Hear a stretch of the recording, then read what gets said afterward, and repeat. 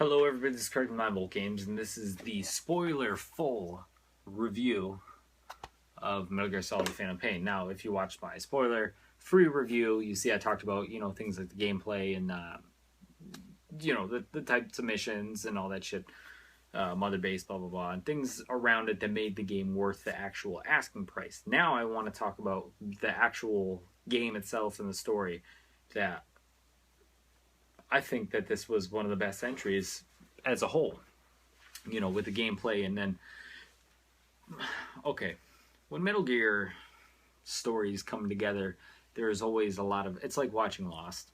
There's always a lot of shit going on. You have no fucking idea, like, oh, where'd this guy come from? What's this? Well, hey, Cyber Ninja. Oh shit, this fucking Metal Gear. No, Snake's doing backflips over rockets. And, oh, that guy's immortal because nanomachines, and then this because nanomachines. And I think Phantom Pain is actually pretty straightforward in comparison to the other stories.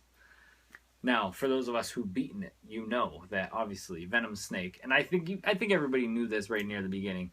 Venom Snake is not actually Snake. He's not Big Boss. He's the doppelganger. Let me lighten this up here. My face? No? You're not gonna lighten up? Don't be a bitch. Alright. This thing is dark. Dark as hell. Ugh. How's that? That's better. Woo. Alright, so Venom Snake is not actually Big Boss. Big Boss was there with him in the beginning, okay? And then he had this dude who was the medic on the helicopter that blew up in Ground Zeroes. Now, this is what makes me mad. And I said this in the last thing. Places like Kotaku and Polygon and all these places, and they say they feel like the twist ending was cheat, and people feel cheated out of an ending, and they thought it was a cop-out and blah, blah, blah. It's not. There was one, it was, Kotaku's the one that I'm looking at that's most guilty, because they posted this article about how shitty the ending of this was. And I've been putting it off and waiting till I beat the game just so I could read this, because I assumed that the ending was going to be shitty. And they said, well, it's a game that's worth it. We never see Big Boss turn into the evil villain that we've all known to become, like the good, because Big Boss is there, he's good, he's a good guy, and then he has to become terrible at some point because of Metal Gear 1 on the MSX and NES. He is the boss, he's the bad guy. He ends up like double-crossing Snake and trying to kill him. So where did this happen? It happened in the end of this. I don't know if people at Kotaku did not get the good ending. I mean, the true ending, if they didn't watch the whole thing or what. But what happened is, now we're going to discuss this ending here. If you got the true ending, you played through the hospital again, and then it was the man who sold the world. If you played through that again, he knows Venom Snake gets a tape from Big Boss, puts the tape in, and it says, from the man who sold the world. We all saw this at the beginning. When he's listening to the tape, we are to assume that this is Venom Snake, the doppelganger, or the Phantom Snake, in Outer Heaven, in the actual Outer Heaven. Why do I say this? Because when he's done listening to Big Boss's confession saying, you are me, you are to carry on my legacy, that is your purpose, we changed your face, we changed your memories, you think that you're me, do you remember who you are? While he's watching this tape, it's panning around to what he's looking at in the mirror, and he sees himself for what he looked like before the Phantom Pain. And then it pans around again, it shows him immediately after when he gets out of the coma. And then it pans back around and he sees himself as Big Boss. He listens to the tape. And he flips it around and it says Operation Intrude, which was the name of the first operation in Metal Gear 1. It's fuzzy, blah, blah, blah. You know what Big Boss is telling him. He's saying, I'm sending Solid Snake there. And then we all don't know why. We all don't know why. That's what you're assuming. He's Operation Intrude. He's laying out the plans for what's going to happen. He's telling him Solid Snake's going to come. That's what Operation Intrude is. So there's no, like, I'm reaching for that. That's what it is. He gets pissed off and he punches the mirror and the music changes. he's not looking at himself anymore. He's looking at Big Boss. Big Boss just told him, I just fucked your whole life up because we need to carry on the legacy of Big Boss. It's not me anymore. Big Boss is now a legend. It's both of us. We need to do this. Big Boss, Zero, and Ocelot, and Miller have, even though Miller didn't want to, have all been going around this facade. They just destroyed this man's life and took his identity. He was just told, and now he was instructed that he had to do something more. After all this, he punches the mirror, music changes, and he looks pissed. In Metal Gear 1 on NES, Big Boss is giving the instructions to Snake, to Solid Snake. Nothing terrible, like he's his boss, he's telling him what to do. And then partway through the game, Boss starts getting real fucking weird and sending him into traps and blah blah blah. It's my understanding that's this boss. That's the Phantom Boss. And he is the one who is becoming the bad guy, because you fight Boss again. You kill Boss twice. I think in the first Metal Gear, you kill this boss. And then when you actually see Big Boss in the second game and you fight him and you burn him with flamethrower, he's not actually a bad guy. He's just misunderstood. So this boss is the bad guy, and it's a bad guy that actually was created by Big Boss himself and all the people around him. So I do think that it was answered, and I'm so happy with that for an ending. I don't know why people are so upset about it and feel like it's not fulfilling. It is a perfect lead-in. It leads directly into the first NES one, or MSX one. Over here, we all played on NES. So I do think they did a very good job with the ending, and maybe they left some bits up to interpretation like what I just told you, but I feel like it's not really interpretation. I mean, if you know what Operation Intrude means, then you know what tape he's listening to, you know what his next steps are, and you know why he was so pissed off that he punched that mirror, gave the dirty look, and the fucking shit changed. Let's talk about some particulars that are spoilers that I like in the game, because I can go on talking about the ending now forever. I can talk about a whole bunch of other things in there. If you guys want to, I might do another video about that. I liked my favorite mission in this entire game was, was it 43, the sick bay? I love that mission. That was rugged. Kojima did his masterful fourth wall breaking fuck with you as the player really bad. Is you go through and you can't kill anybody until you get to the top. You go through and you can scan everybody. It shows you their names. They're your recruits, your people. You've been sending out on combat missions, blah, blah, blah. And then you see some of them a little crazy. You see some of them sick. You see some of them already dead. You go up to the top, and the guy, I'm no snail, that guy, the scientist, he's the one that figured out what was going on. He had the goggles to test or see who's infected, but he refused to go outside because the parasite makes you want to go outside, which helps you spread it. You take his goggles and they tell you, if you see a glow in their throat, that means they're sick. But them telling you that makes you think that there's some people in there that you are going to get out. Because, majority of your missions up until now is like, go in, do whatever you want to the enemies, but you got to bring somebody out. That's generally what your missions have been up in there. Everybody's sick. You have to kill everybody, but every time you kill it, the iDroid voice come on, like, a staff member has died, and it tells you that you've lost morale. Like, it was just crushing. Because you spend all this time doing it, and what happens is, if you have quiet, and you're trying to trigger the quiet exit, you have to have Huey be exiled. You have to complete Mission 43. And then, I did not know this, you have to go out on a couple other missions. And you need to get the Huey tapes. All the Huey tapes. So when you get Huey tape 6, I think it is, you need to have D-Dog as your companion.